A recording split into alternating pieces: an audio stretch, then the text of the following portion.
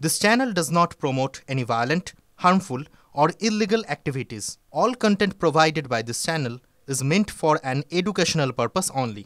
এবার যে খবর দেখাবো তাতে চিন্তা বাড়বে আপনাদের অনেকেরই। কলকাতার নামী বেসরকারি স্কুল আর সেখানে জুতো নিয়ে জারি হয়েছে ফরমান। 2000-এরও বেশি টাকা দিয়ে স্কুলের ভেন্ডারের কাছ থেকেই কিনতে হবে সেই জুতো। অভিভাবকদের নির্দেশ দক্ষিণ কলকাতার নামী স্কুলের সপ্তাহে একদিন পিটি ক্লাসের জন্য 2100 টাকার জুতো। মাথায় হাত অভিভাবকদের। বেসরকারি স্কুলগুলোতে বছর বছর ফি বৃদ্ধি, বই খাতা বিক্রির নামে ব্যবসা চলে, অভিযোগ গার্ডিয়ান্স ফোরামের। রাজ্য সরকারের কাছে ব্যবস্থা নেওয়ার দাবি। ক্যামেরার সামনে মুখ খুলতে নারাজ স্কুল কর্তৃপক্ষ। ব্যাপক ফি, বছর বছর অস্বাভাবিক ফি বৃদ্ধি, বই খাতা পেন ড্রেস সহ শিক্ষা সামগ্রীর বিক্রির ব্যবসা আমাদের রাজ্যের বেসরকারি স্কুলগুলোতে বছরের পর বছর ধরে চলে আসছে। আমরা রাজ্যের সরকারের কাছে আবেদন জানাচ্ছি, দাবি জানাচ্ছি যে অবিলম্বে এই সমস্ত ক্ষেত্রে পদক্ষেপ গ্রহণ করা হোক এবং সর্বস্তরের অভিভাবকদের কাছে আবেদন জানাচ্ছি আপনারা সচেতন হন। কলকাতার নামী বেসরকারি স্কুল এবং সেখানে জুতো বিতর্ক। একটা নির্দিষ্ট কোম্পানির জুতো নির্দিষ্ট ভেন্ডারের কাছ থেকে কিনতে হবে নির্দিষ্ট দাম দিয়ে, এমনটাই বিজ্ঞপ্তি জারি করে বেসরকারি স্কুল কর্তৃপক্ষ। কার্যত বিপাকে পড়েন অভিভাবকরা যে কেন সেই ভেন্ডারের কাছ থেকে এত দামি জুতো কিনতে হবে।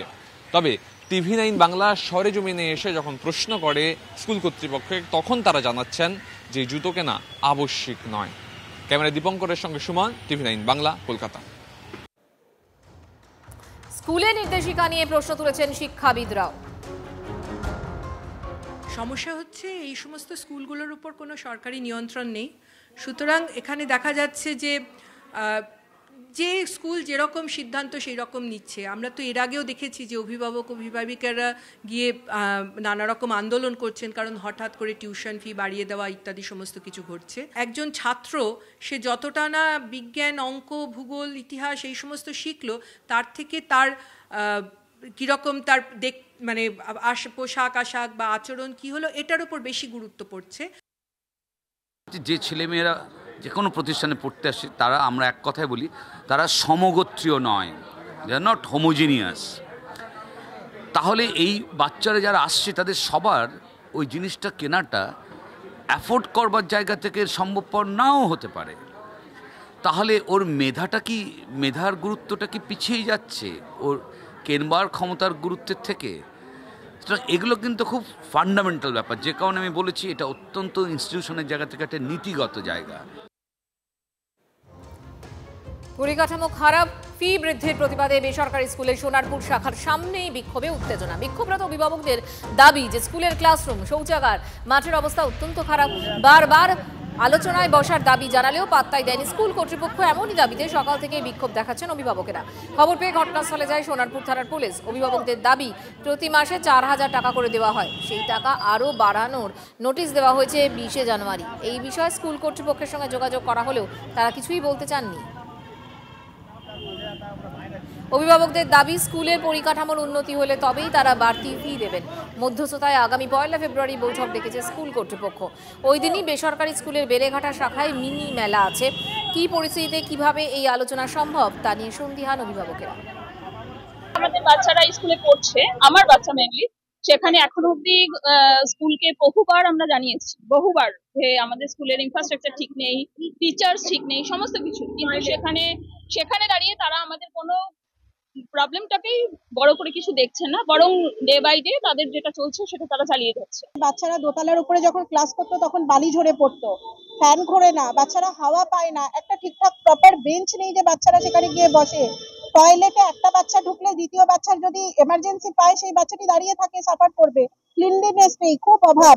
প্রত্যেকদিন বাচ্চারা ধুলো মাখা ব্যাগ নিয়ে বাড়ি যায়, প্রত্যেকদিন তাদের শার্টে স্ট্যাম্প থাকে। 15 জানুয়ারি আমাদের প্রিন্সিপাল স্যার নিজের ডেট দিয়েছিলেন যে ওই দিন উনি এই ক্যাম্পাসে আসবেন, গার্জেনদের সঙ্গে মিটিং করবেন। কিন্তু সেই ডেট পেরিয়ে যাওয়ার পর এখনো 15টা দিন পেরিয়ে গেল, ওনার তরফ থেকে কোনো রকম ইনফরমেশন আমাদের দেওয়া হয় এবং কোনো রকম ভাবে আপডেট করা হয়নি। স্কুলকে জিজ্ঞেস করা হলে স্কুলও পুরো দাঁড়িয়ে গিয়েছে যে আমরা কিছু জানি না। স্যালাইনের যোগান নিয়ে বিপাকে স্বাস্থ্য ভবন। বিকল্প সংস্থারও উৎপাদন বন্ধের নির্দেশ স্বাস্থ্য দফতরের ছত্রাক থাকায় পশ্চিমবঙ্গ ফার্মাসিউটিক্যালের স্যালাইন ব্যবহারে রয়েছে নিষেধাজ্ঞা। বিকল্প হিসেবে ফার্মা ইমপেক্সকে বরাদ দিয়েছিল স্বাস্থ্য ভবন, আর সেই সংস্থার উৎপাদন বন্ধের নির্দেশ। ফার্মা ইমপেক্সের বারুইপুরের প্ল্যান্টে পরিদর্শনের পর এই বিজ্ঞপ্তি জারি করা হয়েছে। সরকারি হাসপাতালে বিপুল পরিমাণ স্যালাইনের যোগানই এখন মাথা ব্যথা স্বাস্থ্য দফতরে। স্বাস্থ্য ভবনের আধিকারিকরা জানাচ্ছেন যে পশ্চিমবঙ্গ ফার্মাসিউটিক্যালের বিকল্প ছিল ফার্মা ইম্প্যাক্টস। পশ্চিমবঙ্গ ফার্মাসিউটিক্যালের যখন 14টি প্রোডাক্ট তাদের উৎপাদন বন্ধের নির্দেশ জারি হওয়ার জন্য সতর্কতামূলক পদক্ষেপ হিসেবে সেখানে 14টি প্রোডাক্ট ব্যবহার বন্ধ হয়ে যায়, তখন ফার্মা ইম্প্যাক্টস 14টির মধ্যে 7টি প্রোডাক্ট সাপ্লাই করেছিল রাজ্য স্বাস্থ্য দপ্তরকে। এখন ফার্মা ইম্প্যাক্টসও যদি আতশ কাচের তলায় চলে আসার পর রাজ্য স্বাস্থ্য দপ্তর পড়েছে আতান্তরে।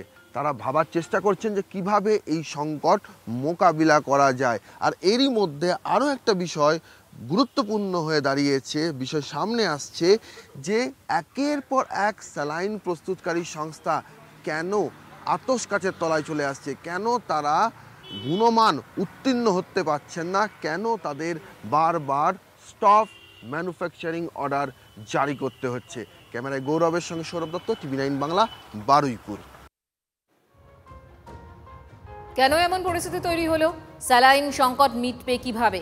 এ নিয়ে আমরা কথা বলেছিলাম চিকিৎসকদের সঙ্গে। দুজন আন্দোলনকারী চিকিৎসকের বক্তব্য রইল, পাশাপাশি সিনিয়র চিকিৎসকদের বক্তব্য রয়েছে। আবার ডাক্তাররাই দায়ী হবে, মানে এটা তো খুব স্বাভাবিক ডাক্তারদের উপরে দোষ চাপিয়ে দেওয়া। যে পেশেন্ট এবং চিকিৎসক তাদের মাঝে একটা জায়গা হচ্ছে চিকিৎসা ব্যবস্থা। এই চিকিৎসা ব্যবস্থার মধ্যে যারা আছে তারা ডাক্তারদেরকে হাতের পুতুলের মতো নাচাচ্ছেন, এবং সেই জায়গাটাই আমাদের কথা ছিল এবং সেই জায়গাটা নিয়েই আমাদের আন্দোলন ছিল। সরকারি ব্যবস্থার যে সদিচ্ছার প্রশ্ন, যে অ্যাম্বিগুইটির প্রশ্ন লুকিয়ে আছে, যে দুর্নীতির চিত্র লুকিয়ে আছে, এই দুর্নীতি সদিচ্ছাকে যদি আমরা কোনো জায়গায় সহমতে না পৌঁছাতে পারি, রাজ্য সরকার যদি সহমতে না পৌঁছাতে পারে, তাহলে এইরকম মানুষের মৃত্যু এই গুণমান নেই ওষুধ দ্বারা বারবার মরতে থাকবে।